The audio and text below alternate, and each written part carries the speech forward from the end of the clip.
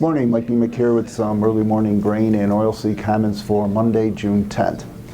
Well, we're not starting out too well on the market direction here. Around the defensive in corn and wheat in the neighborhood of around 5 to 7 lower. Beans are 15 to 18 lower. The meal market $4 to $5 lower, and the soybean oil market in the neighborhood of around 30 points lower. People attribute that to weather and crop progress ideas. And there's probably three topics that I want to point out here as far as overnight news and weekend news, and one of them that being the weather and the crop progress. There were some ideas at the time planting windows are still open on up to try and get the remainder of the corn and bean crops planted. Warmer temperatures are also being forecasted, and that'll enhance what's already in the ground. So trade is a little bit defensive on that idea. Speaking of planting progress, we'll also be seeing topics throughout the rest of the month on planting prevent dates, and what does that mean for corn and bean acres versus what we saw in March intentions.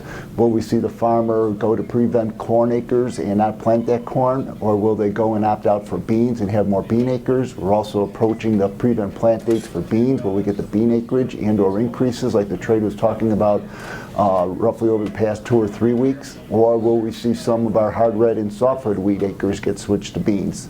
So that combination, like I say, versus what we saw back in March intentions will be somewhat of a trade topic as we work our way forward over the rest of the month.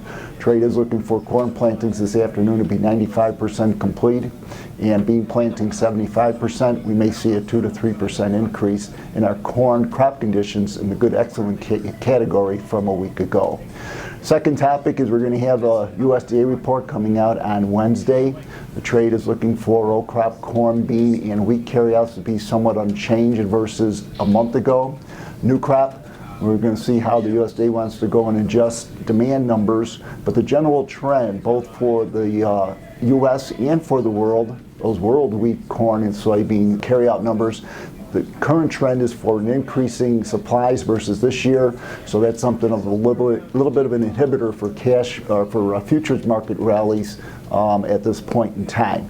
And then the third topic is what's been going on that started on Friday, the golden roll. We can see as we work our way into the end of the close that we've been seeing where the nearby contracts will be getting a little bit on the defensive versus the deferreds, and that's going to be an ongoing situation here over the next 4 or 5 days.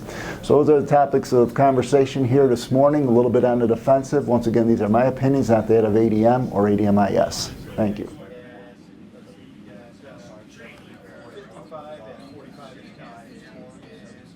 That's his favorite place.